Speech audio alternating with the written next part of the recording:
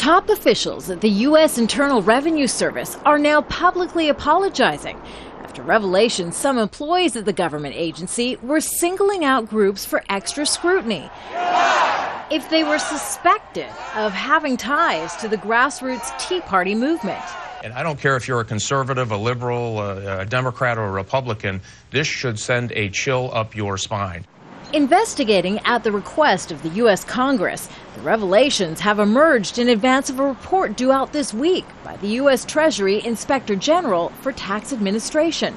According to its report, the IRS targeted groups seeking tax-exempt status if the words Tea Party or Patriots appeared in a group's name, if they advocated for less government spending, debt, and taxes, or if they had ever been critical of how the U.S. is being run.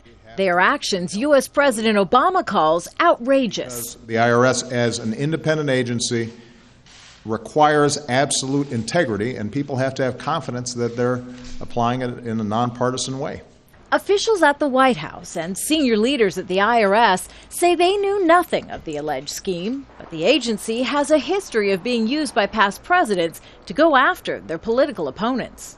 This has happened many times over the years, going back to the Roosevelt administration. So this is not new. The biggest concerns are that those in government are making ideological decisions that affect how our laws are being enforced.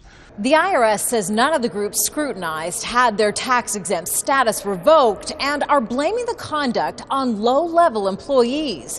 Still, Republican lawmakers on Capitol Hill are not satisfied and are pushing for congressional hearings to investigate the IRS targeting allegations. Kimberly, Halkett, Al Jazeera, Capitol Hill.